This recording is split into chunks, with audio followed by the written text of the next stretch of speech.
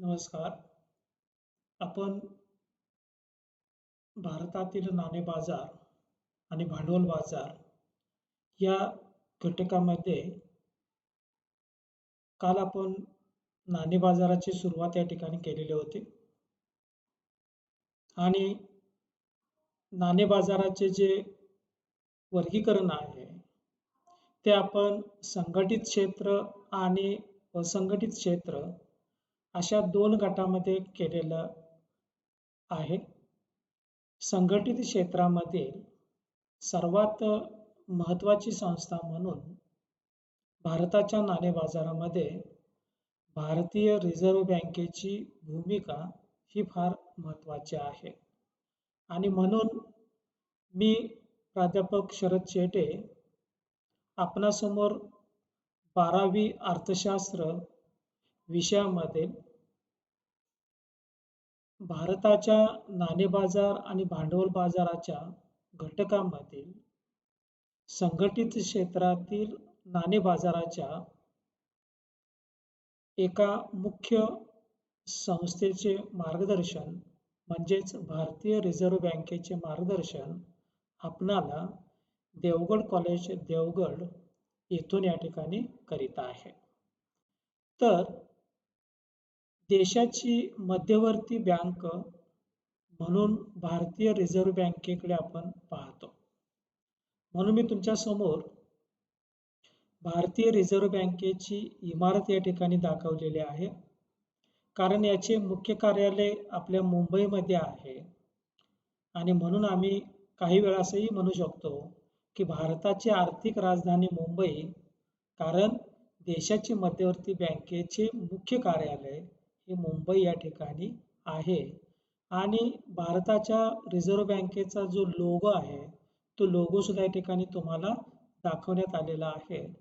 म्हणजे आता आपल्याला भारताच्या मध्यवर्ती बँकेचाच म्हणजेच रिझर्व्ह बँकेच्या नाणे बाजारातील भूमिकेचा विचार करत असताना सर्वप्रथम आपल्याला ही एक भारताची मध्यवर्ती बँक म्हणून भारताच्या संघटित नाणे बाजारातील महत्त्वाची संस्था म्हणून आपण रिझर्व्ह बँकेचा विचार करतोय. ही भारताची मध्यवर्ती बँक आहे, जसं ज्याला आपण या ठिकाणी सेंट्रल बँक म्हणतो आणि ही मध्यवर्ती बँक देशाच्या आर्थिक व्यवहारावर पूर्णपणे नियंत्रण ठेवीत आहे. आज सुद्धा आपल्याला देशाच्या आर्थिक धोरणांची घोषणा, देशाच्या आर्थिक धोरणांचे निर्णय घेणारी एक मध्यवर्ती संस्था म्हणून भारताच्या रिझर्व्ह बँकेचा आपल्याला विचार करावा लागतो. आणि भारतीय रिझर्व्ह बँक कायदा हा 1934 नुसार बँकेच्या कार्याला वैधानिक आधार देत आहे. कारण का, जेव्हा रिझर्व्ह बँक स्थापन करण्याचे निश्चित झाले त्यावेळेला सर्वप्रथम रिझर्व्ह बँकेचा कायदा 1934 ला पास केला. आज सुद्धा तुम्ही बघताय एखाद्या व्यापारी बँकेवर जर कारवाई करायची असेल तर रिझर्व्ह बँकेच्या 1934 च्या कायद्याचा अवलंब करावा लागतो, तरच एखाद्या बँकेवर आपण कारवाई करू शकतो. आणि म्हणून मध्यवर्ती बँकेला म्हणजेच रिझर्व्ह बँकेला कोणती कार्य केली पाहिजेत या संबंधीचे निर्देश 1934 च्या रिझर्व्ह बँक कायद्यामध्ये समाविष्ट केलेला आहे. म्हणून ही जी रिझर्व्ह बँक आहे या बँकेची स्थापना 1 एप्रिल 1935 ला खाजगी भागधारक बँक म्हणून झाली. कारण भारताच्या मध्यवर्ती बँकेच्या संबंधीचा एक इतिहास असा आपल्याला सांगणं अतिशय आवश्यक आहे.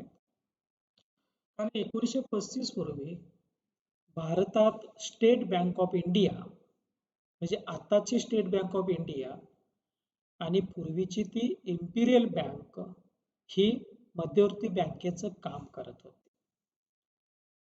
आणि 1 एप्रिल 1935ला या बँकेची स्थापना करण्यात आली. ती भारताच्या मध्यवर्ती बँकेच्या निर्मितीसाठी करण्यात आली. आणि या बँकेचं जे राष्ट्रीयकरण आहे, हे राष्ट्रीयकरण 1 जानेवारी 1949ला झालेलं आहे. म्हणजे स्वातंत्र्याच्या पूर्वी भारताची मध्यवर्ती बँक म्हणून 1935 पासून रिझर्व्ह बँक ऑफ इंडिया ही काम करत आहे. नाणे बाजारातील सर्वात महत्वाची शाखा संस्था म्हणून या ठिकाणी आपण रिझर्व्ह बँकेचा विचार या ठिकाणी आपण करत आहोत. आता मध्यवर्ती बँकेची व्याख्या सुद्धा आपल्याला या ठिकाणी देता येऊ शकते. व्याख्या काय घेता येते? तर सुप्रसिद्ध अर्थशास्त्रज्ञ डॉक्टर डी कॉक यांनी मध्यवर्ती बँकेची एक व्याख्या केली की देशातील मुद्रा आणि बँकिंग संरचनेतील शिखर संस्था म्हणजेच मध्यवर्ती बँक होय. आता देशातील मुद्रा याचा अर्थ मॉनेटरी, आणि मॉनेटरीलाच आपण काय म्हणतो, पैशाच्या आणखी बँकिंग संरचनेतील सर्वात वरची संस्था, शिखर म्हणजे टॉप, सर्वात शिखर संस्था म्हणून मध्यवर्ती बँक हे काम करीत असते. दुसरी एक व्याख्या प्राध्यापक W.A. शॉ यांनी केलेली आहे आणि त्यांच्या मतानुसार अर्थव्यवस्थेतील पतपुरवठ्यावर नियंत्रण ठेवणारी बँक म्हणजे मध्यवर्ती बँक होय.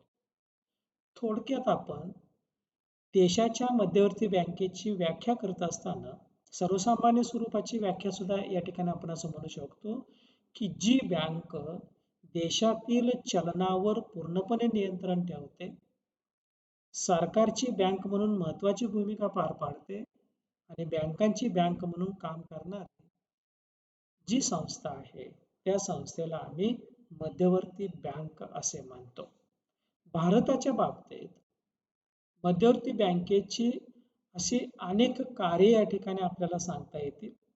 त्या कार्याचा विचार करत असताना सर्वात महत्वाचे कार्य म्हणून या ठिकाणी आपण विचार करू शकतो की चलनी नोटांची निर्मिती करणारी बँक. भारतात नाणी तयार करण्याचं काम, नाणी छापण्याचं काम देशाचे मध्यवर्ती सरकार, केंद्र सरकारच्या अर्थ मंत्रालयाकडून केले जात असते. परंतु कागदी चलनाची निर्मिती करणारी भारताची मध्यवर्ती बँक म्हणजेच रिझर्व्ह बँक ऑफ इंडिया होय. या बँकेने 5 रुपयाच्या नोटेपासून अगदी 2000 रुपयाच्या नोटा छापण्याचं काम या मध्यवर्ती बँकेकडे असते आणि त्यामुळे भारताच्या चलनाची एकवाक्यता, एकजिन्सीपणा यामुळे प्राप्त झालेला आहे. परंतु सर्वात महत्वाची दक्षता या ठिकाणी रिझर्व्ह बँकेला घ्यावी लागते की चलन छापण्यासाठी 200 कोटी रुपयाची ठेवीच्या स्वरूपामध्ये रक्कम मध्यवर्ती बँकेला ठेवावी लागत असते. या 200 कोटी रुपयापैकी 115 कोटी रुपये सोन्याच्या स्वरूपामध्ये आणि 85 कोटी रुपये परकीय चलनाच्या स्वरूपामध्ये सरकारमध्ये ठेवावी लागत असते. म्हणजे 200 कोटी रुपयाच्या आधारावर रिझर्व्ह बँक भारतात चलनी नोटाची निर्मिती करते. परिणाम असा झालेला आहे की देशाच्या मध्यवर्ती चलनाचे पूर्णपणे नियंत्रण हे देशाच्या मध्यवर्ती बँकेकडे आहे आणि त्यामुळे देशाच्या अर्थव्यवस्थेला एक प्रकारची बळकटी मिळते. जागतिक स्तरावर आपल्या चलनाला सर्वात जास्त महत्त्व मिळते आणि त्यामुळे लोकांचा विश्वास निर्माण करण्यासाठी चलनी नोटांची निर्मिती ही मध्यवर्ती बँकेकडेच केली जात असते आणि नाणे बाजारामध्ये सर्वात महत्त्वाची भूमिका या रिझर्व्ह बँकेच्या कार्याने झालेली आहे असं आपल्याला म्हणता येईल. दुसरं सर्वात महत्त्वाचं कार्य जे आहे, की ही जी बँक आहे, रिझर्व्ह बँक जी आहे, ती सरकारची बँक म्हणून काम करते. म्हणजे काय? तर जशा पद्धतीने आपण आपल्या कुटुंब चालवत असताना जो कुटुंब प्रमुख असतो, तो कुटुंब प्रमुख आपल्या संपूर्ण घरावर त्याचं नियंत्रण असतं. आपल्या संपूर्ण घरासाठी आवश्यक असणाऱ्या पैशाची उपलब्धता तो स्वतः करत असतो. तशा पद्धतीने सरकारला जी कार्य पार पाडावी लागत असतात, ती सर्व कार्य मध्यवर्ती बँकेकडून केली जात असतात आणि त्यामुळे सरकारच्या उत्पन्न आणि खर्चाचे नियंत्रण ठेवण्यासाठी मध्यवर्ती बँक ही काम करीत असते. सरकारला आवश्यक असणारा निधी उपलब्ध करून देण्याचं काम म्हणजे जशा पद्धतीने व्यापारी बँका आपल्या सभासदांच्यासाठी आपल्या कार्यासाठी जे काम करीत असते तेच काम मध्यवर्ती बँक सरकारसाठी करीत असते आणि म्हणून सरकारची बँक म्हणून काम करत असताना सरकारला निधी उपलब्ध करून देणे, सरकारला कर्जपुरवठा करणे, सरकारच्या वतीने अनेक आर्थिक कार्य पार पाडणे ही महत्त्वाची भूमिका रिझर्व्ह बँक ही पार पाडत असते आणि म्हणून सरकारची बँक हे सर्वात महत्त्वाचं कार्य रिझर्व्ह बँकेला करावे लागत असते. तिसरे महत्त्वाचे कार्य आहे की ही बँकांची बँक आहे. कारण या ठिकाणी डिकॉकच्या व्याख्येमध्येच आपण या ठिकाणी स्पष्ट केलेलं आहे की बँकिंग क्षेत्रातील शिखर बँक म्हणून मध्यवर्ती बँक काम करत असते आणि त्यामुळे देशामध्ये असलेल्या सर्व बँकिंग व्यवहारावर पूर्णपणे नियंत्रण हे रिझर्व्ह बँकेचे असते. त्यामुळे जितक्या देशामध्ये व्यापारी बँका असतील, सहकारी बँका असतील, त्यांच्यावर पूर्णपणे नियंत्रण ठेवण्याचं काम मध्यवर्ती बँक करतेच आणि बँकांची बँक म्हणून राखीव निधीच्या नियंत्रणावर मध्यवर्ती बँक काम करीत असते किंवा अनेक व्यापारी बँकांचा अंतिम त्राता म्हणून रिझर्व्ह बँकेला काम करावं लागत असते. थोडक्यात रिझर्व्ह बँक ही सर्व व्यापारी बँकांना एका बाजूला मदत करते आणि दुसऱ्या बाजूला त्यांच्या कार्यावर नियंत्रण ठेवण्याचं काम सुद्धा करते आणि म्हणून या रिझर्व्ह बँकेच्या कार्याला आपण बँकांची बँक असे या ठिकाणी म्हणू शकतो. नंतरचं कार्य आहे की परकीय चलन साठ्याचा सांभाळ करणे. आता देशाची मध्यवर्ती बँक असल्या कारणाने आंतरराष्ट्रीय व्यापारामध्ये या ठिकाणी आयात करीत असताना किंवा निर्यात करीत असताना प्रचंड प्रमाणात परकीय चलनाचा वापर केला जात असतो आणि त्यामुळे देशातील अर्थव्यवस्थेमध्ये परकीय चलनाचा साठा सांभाळण्याचं काम मध्यवर्ती बँकेला करावं लागत असते. मग ते रशियाचे रुबल असेल, अमेरिकेचा डॉलर असेल, इंग्लंडचा पाऊंड असेल, अशा प्रत्येक देशाचं जे चलन आहे ते चलन गरजेनुसार भारतीय लोकांना देण्याचं काम या मध्यवर्ती बँकेला करावं लागत असते आणि त्यामुळे आवश्यक असणाऱ्या सर्व प्रकारच्या परकीय चलनाचा साठा गोळा करणे, त्याचा सांभाळ करणे आणि आवश्यकतेनुसार त्याचा वापर करण्याचं काम सुद्धा मध्यवर्ती बँक म्हणून रिझर्व्ह बँकेला करावे लागत असते. त्याच्यानंतरचं कार्य आहे पतपैशाचे नियंत्रण. मध्यवर्ती बँक म्हणजेच रिझर्व्ह बँक ऑफ इंडिया ही भारतात 2 प्रकारे पतनियंत्रण करते. एक संख्यात्मक पतनियंत्रण आणि गुणात्मक पतनियंत्रण. कारण काय? तर व्यापारी बँका या पतपैशाची निर्मिती करतात. परंतु व्यापारी बँका पतपैशाची निर्मिती करीत असताना नफ्याचा विचार करतात. परंतु पतपैसा किती व्यवहारामध्ये आला पाहिजे, किती वापर केला पाहिजे याच्यावर नियंत्रण ठेवण्याचं काम मात्र कोण करते? देशाची मध्यवर्ती बँक म्हणून रिझर्व्ह बँक करीत असते. आणि ही बँक संख्यात्मक पतनियंत्रणामध्ये बँक दर, कर्जरोख्यांची खरेदी विक्री करणे आणि राखीव निधीचा अ, दर ठरवण्याच्या माध्यमातून संख्यात्मक पतनियंत्रण करीत असते. सर्वात प्रत्यक्ष मार्ग म्हणून या ठिकाणी आपण संख्यात्मक मार्गाचा वापर करतोय. कारण बँक दर बदलला तर कर्जाचे प्रमाण बदलते, कर्जाचा दर बदलतो, व्याजाचा दर बदलतो आणि त्यामुळे उपलब्ध असलेल्या साठ्यावर त्याचा प्रत्यक्ष परिणाम होत असतो. त्यामुळे संख्यात्मक पतनियंत्रणाच्या माध्यमातून मध्यवर्ती बँक पतपैशाचे नियंत्रण करते. त्याचबरोबर संख्यात्मक पतनियंत्रणाचा अवलंब करूनही एखादी व्यापारी बँक जर काम करत असेल तर अशा वेळेला बँक गुणात्मक नियंत्रणाचा अवलंब करते आणि त्यामध्ये विशेषतः प्रसिद्धी करणे, चुकीच्या पद्धतीची प्रसिद्धी करणे, कारवाई करणे, प्रत्यक्ष कारवाई करणे, अशा काही कार्यांचा समावेश या गुणात्मक पतनियंत्रणामध्ये आपल्याला करता येत असतो. म्हणजे या ठिकाणी रिझर्व्ह बँक व्यापारी बँकांनी तयार केलेल्या पतपैशावर नियंत्रण ठेवण्याचे काम सुद्धा करीत असते.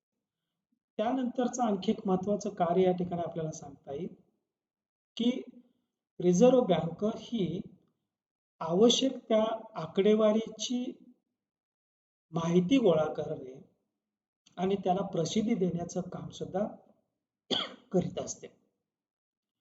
उदाहरणार्थ या ठिकाणी देशाच्या राष्ट्रीय उत्पन्नाची आकडेवारी गोळा करणे, देशातील शेती क्षेत्राच्या उत्पन्नाची आकडेवारी गोळा करणे, औद्योगिक क्षेत्रातील उत्पादनाची आकडेवारी गोळा करणे आणि ती आवश्यक त्याप्रमाणे प्रसिद्धीस देण्याचं काम रिझर्व्ह बँक करीत असते.